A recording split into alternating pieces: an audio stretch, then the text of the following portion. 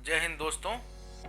आज एक्चुअली में पिछली वीडियो में हमने 1965 के युद्ध पर चर्चा की थी। आज उसी से संबंधित दो परमवीर चक्र विजेताओं के बारे में हम बात करेंगे, जिनमें से एक अर्धशीर तारापुरे जी की आज पुण्यतिथि है, और आज एक और पुण्यतिथि है एयर मार्शल अर्जुन सिंह जी की, जो 1965 में इंडियन एयरफोर्स के चीफ थे।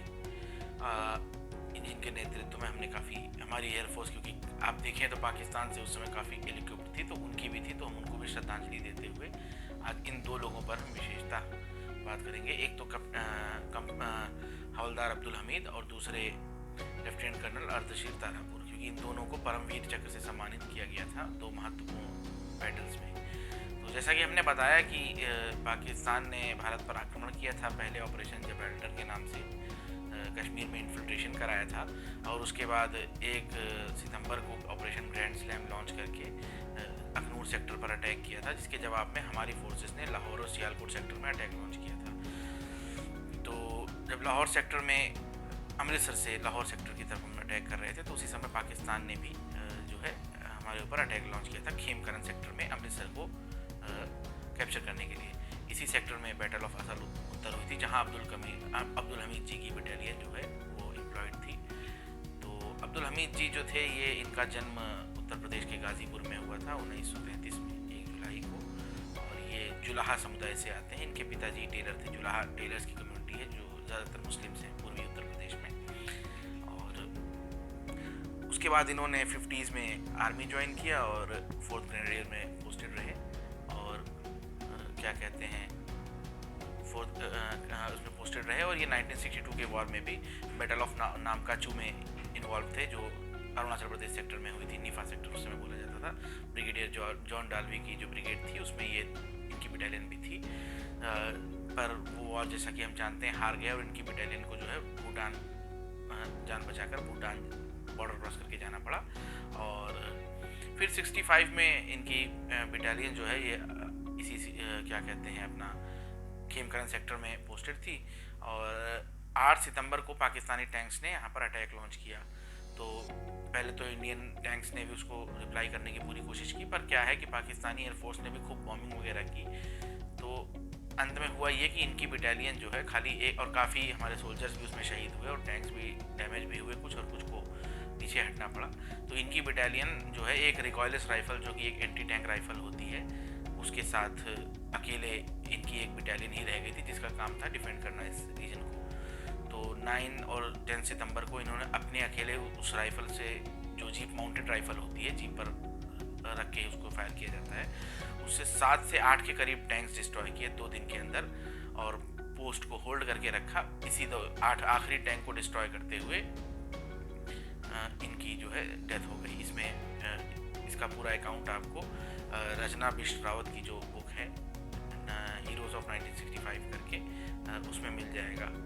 और परमवीर चक्र विजेताओं पर भी उन्होंने लिखा है बुक। इसके अलावा मेजर जनरल ईएन कार्डोजो ने भी एक पुस्तक लिखी है इसी विषय पर, परमवीर चक्र विजेताओं पर। उसमें भी आपको इसका पूरा रेफरेंस मिल जाएगा, और बाकी और परमवीर चक्र विजेताओं के बारे में भी मिल जाएगा। तो इस तरह से इन्होंने शहादत प्राप्त की और इन्हें परमवीर चक्र मिला। दूसरा, हम अर्धशीर तारापुरे जी की बात करें तो ये महाराष्ट्र में इनका जन्म हुआ था, पुणे में।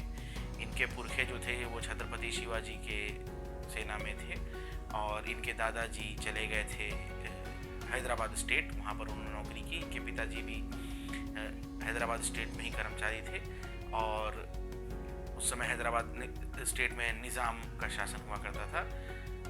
उसके बाद इन्होंने 40s में आर्मी ज्वाइन की। अच्छा, इनका 1923 में जन्म हुआ था, जो है 19 सितंबर को।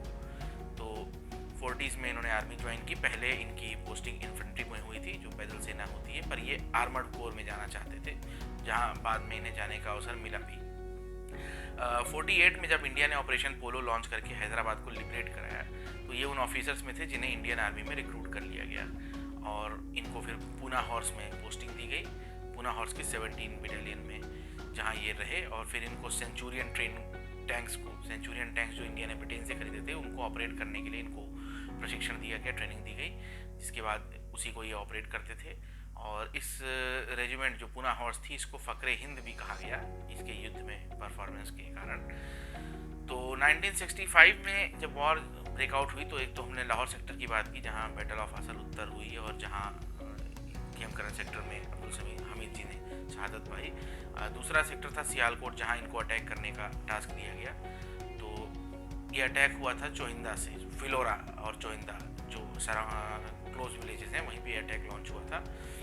और जब 8 सितंबर को अटैक लॉन्च किया इनकी आर्मर्ड ब्रिगेड ने और सपोर्टेड बाई जो बाकी हमारी इन्फेंट्री थी इनके साथ वो भी थी इन्वॉल्व। इन्होंने जब ये अटैक लॉन्च किया तो काफ़ी ज़बरदस्त फाइट हुई और वज़ीर वाली सेक्टर से इन पर अटैक हुआ जिसको इन्होंने बीट बैक किया।